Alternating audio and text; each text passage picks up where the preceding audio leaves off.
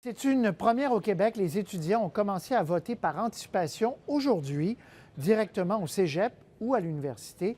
Et d'ailleurs, ils ont été un peu plus de 7 000 à le faire. Des chiffres en début d'après-midi, ça pourrait être plus élevé, en fait. On veut encourager, évidemment, par cette mesure, les jeunes électeurs à se rendre aux urnes, que ce soit par anticipation ou le 7 avril. Reportage Jean-Sébastien Cloutier.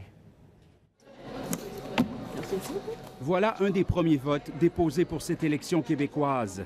Il n'y avait peut-être pas foule ce vendredi matin à l'UQAM, mais les étudiants qui ont profité de leur nouveau service de vote par anticipation étaient bien heureux. Je viens de finir un cours, donc directement, je suis venu voter. C'est quelque chose qui est vraiment plus pratique parce que tu fais ça vite, vite. Moi, j'adore ça. Dès que j'ai vu ça sur le site Internet, j'ai appelé mon ami Dixit, puis je me suis dit, bon, ben, on va voter vendredi, là, let's go. À l'heure du dîner, dans le petit bureau de scrutin du cégep Maisonneuve, plusieurs jeunes votaient aussi, avec l'avantage, là comme ailleurs, de pouvoir donner leur appui aux candidats de leur choix dans la circonscription de leur domicile. Alejandro Gutiérrez allait voter pour la première fois. C'est réjouissant, je trouve. On peut s'impliquer directement à la société.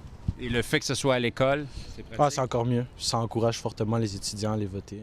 C'est justement ce que souhaite le directeur général des élections. Je pense que si on atteignait 75 % comme on a eu à la dernière élection pour l'ensemble de la population des électeurs, bien, je pense que ce serait une belle réussite.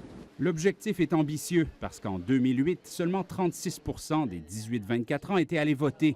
En 2012, après le printemps étudiant, le taux avait grimpé à 62 %. De le faire au cégep, c'est vraiment une bonne idée, je trouve. Auriez-vous voté sinon?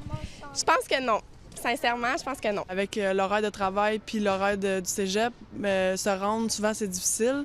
Puis perdre des heures de travail, puis aussi, c'est compliqué. 2 votes de plus grâce à ces nouveaux bureaux de vote. Mais combien y en aura-t-il? C'est certain que c'est une bonne mesure, mais en même temps, les jeunes qui fréquentent les collèges et universités sont des jeunes qui ont tendance à voter davantage que les autres jeunes. Donc l'impact va être assez faible. Et d'autant plus que les enjeux que l'on observe dans la campagne électorale actuelle, soit l'économie, la santé, ne sont pas des enjeux qui touchent particulièrement les jeunes. François Gélineau ne croit donc pas que cette nouvelle mesure favorisera un parti plutôt qu'un autre, l'opinion des jeunes étant de toute façon divisée dans les sondages. 3 autres journées de vote sont prévues dans les écoles la semaine prochaine. Ici Jean-Sébastien Cloutier, Radio-Canada, Montréal.